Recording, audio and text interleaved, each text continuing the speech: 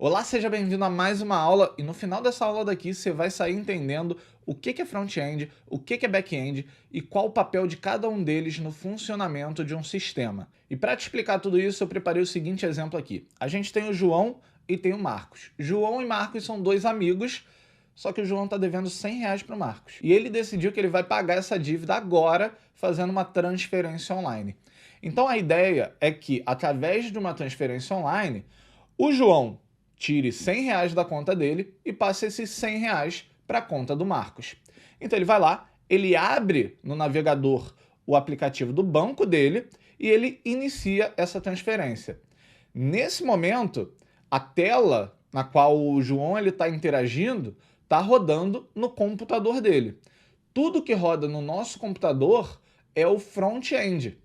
Então foi um desenvolvedor front-end que fez essa tela para que o João possa interagir e executar uma ação que ele quer executar. E no desenvolvimento web, a gente sempre vai ter uma parte do sistema rodando no computador da pessoa e outra parte rodando no servidor. A gente chama isso de lado do cliente e lado do servidor. Então o que roda no computador é o client side, ou lado do cliente, e o que roda no servidor é o server side. Então vamos lá. Uma vez que o João colocou lá que ele quer transferir os R$ 100, o banco ele precisa identificar que o João está mandando essa requisição, está querendo fazer aquela transferência, ele precisa avaliar se o João tem aqueles R$ 100 para transferir e, uma vez que ele avaliou e o João tem os R$ 100, ele vai executar a operação. Só que essa operação ela não pode acontecer no lado do cliente. Por quê? Porque esse software que está rodando no computador do João, ele não tem acesso direto à conta, e muito menos à conta de outras pessoas. E como o objetivo que a gente quer é depositar um dinheiro na conta do Marcos,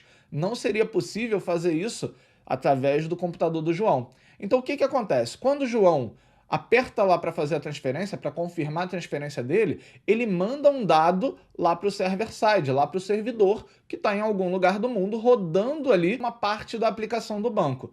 É nesse servidor que vai ser feita essa operação de verificar se tem dinheiro na conta do João, fazer o débito dessa conta e depois fazer o depósito na conta do Marcos. Então, esse daqui é o server side.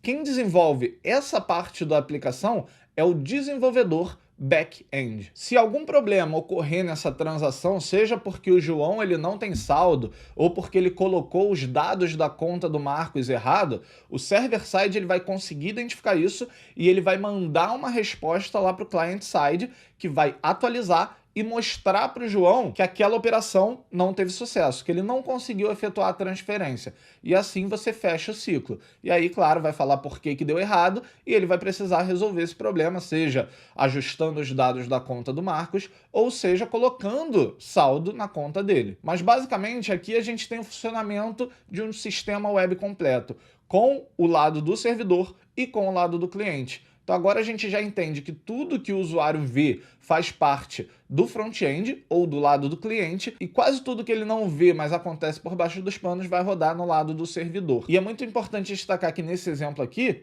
os dados de quanto dinheiro o João tem, quanto dinheiro o Marcos tem, eles estão salvos num banco de dados. E é a aplicação que roda no servidor que faz acesso a esse banco de dados para poder fazer todas as verificações que têm que ser feitas. Então, resumindo, o desenvolvedor front-end ele vai ser responsável por criar o lado do cliente, ele vai implementar a experiência do usuário e a interface do usuário, a responsividade daquele sistema ali, ele vai fazer com que aquele projeto seja compatível com diferentes navegadores, vai montar todo o layout, as animações e a integração com o back, ou seja, fazer as chamadas para o back e tratar as respostas do back de acordo com a necessidade.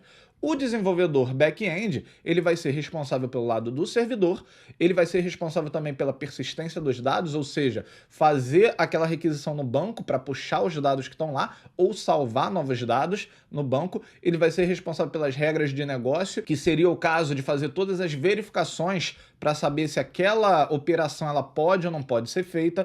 Ele vai ser responsável por algoritmos mais complexos, se o projeto pedir algoritmos complexos, como verificações ou análises ou transformações de imagens, por exemplo, processamento de dados. Então, vai ser feito tudo isso no back-end. Ele também vai fazer o acesso ao banco de dados. Ele também vai ser responsável aí pela performance e escalabilidade daquele projeto.